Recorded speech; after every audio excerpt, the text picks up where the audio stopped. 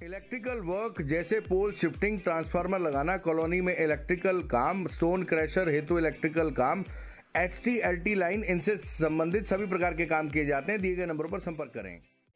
प्रत्येक वर्ष हिंदू नेता अशोक पालीवाल श्रावण मास के अवसर पर मौके पर कई धार्मिक कार्यक्रमों का आयोजन करते हैं, लेकिन कोविड महामारी को देखते हुए उन्होंने अपने कई कार्यक्रम में संशोधन किया है और कुछ कार्यक्रम स्थगित भी किए हैं। आइए किन किन कार्यक्रमों को उन्होंने संशोधित किया है और किन कार्यक्रमों के संबंध में उन्होंने क्या रूपरेखा बनाई है, सुनते हैं।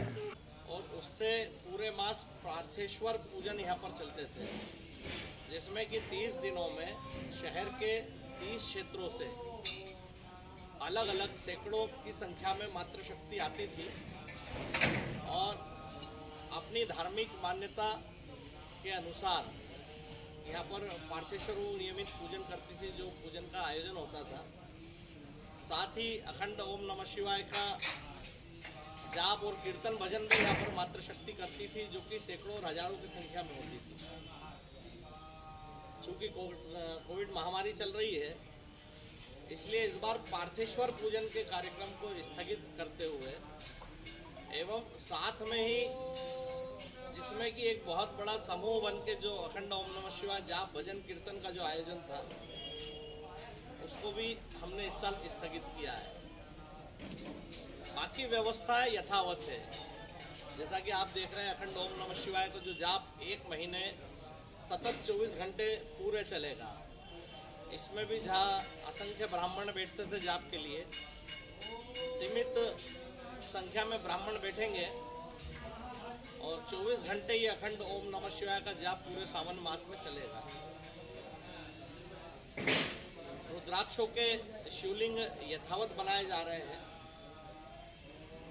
साथ में ही निकलने वाली जो जैन दुराष्ट्र कावड़ यात्रा है, जिसमें कि हजारों की संख्या में शहर से और ग्रामीण से अपनी विचारधारा को लेते हुए वैचारिक रूप से भारत हिंदू राष्ट्र बने, भारत पुनः अखंड हो, इस विचार को लेके जो हजारों युवा कावड़ में शामिल होते थे एवं मां नर्मदा का पावन जल लेकर भोलेनाथ को चढ़ाते थे। भगवान महादेव हमारी सारी इच्छाएं पूरी कर रहा है। कश्मीर में 370 जैसे हटी गई है, भारत अखंडता की ओर जा रहा है। पर कोविड को देखते हुए इस बार वो जो यात्रा है, प्रशासन से संवाद करके संख्यात्मक आधार फिर तय करके निकलेगी, पर यात्रा निकलेगी। उस यात्रा का शहर में जो स्वरूप होगा, इस बार जितने भी हमारे ऐतिहासिक विजेता हैं, जिन्होंने इस अखंड भारत के लिए, इस भारत के हिंदू राष्ट्र के लिए, इस भारत की अखंडता के लिए लड़ाई लड़ी है, महाराणा प्रताप, वीर शिवाजी, छत्रसाल, राणा सांगा, महारानी लक्ष्मीबाई, इन सभी ऐतिहासिक महापुरुषों को लेकर जब यात्रा शहर में प्रवेश करेगी तो 25 ऊंटों पर यह यात्रा नगर भ्रमण करेगी।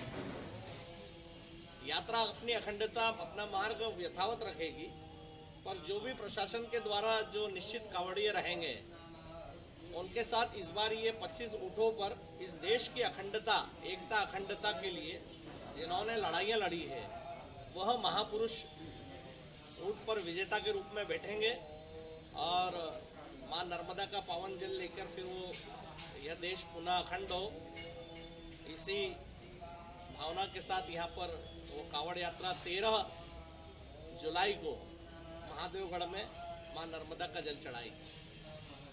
10 की रात्रि ओंकारेश्वर पहुंचेंगे, 11 को यात्रा निकलेगी ओंकारेश्वर से, 11 और 12 चलते हुए 13 को यात्रा यहाँ पर समापन होगी। मातृशक्ति की कावड़ यात्रा भी जो है, वो प्रशासन से संवाद करने के बाद जो भी उनकी संख्यात्मक आधार होगा, उस संख्या पर यहाँ पर निकलेगी।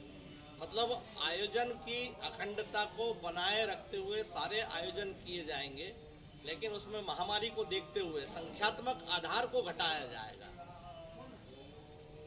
ये सब करने के बाद ये आयोजन यहाँ पर पूरा हो गया है। अभी आप देख ही रहे हैं कि आज अखंड ओम नमः शिवाय जाप की यहाँ पे शुरुआत हो गई है। पंडित जी श्री अश्विनी जी खेड़े बैठे हैं, कुछ विषय वो आपको बता देंगे कि आज शुरुआत में यहाँ क्या क्या हुआ ये जानकारी आप अश्विनी जी दें। आज भगवान गणेश अंबिका का पूजन करके भगवान शिव पंचायतन के पूजन के पश्चात देवताओं का हवन जैसे कि पुण्यावाचन कलश देवता का पूजन हुआ।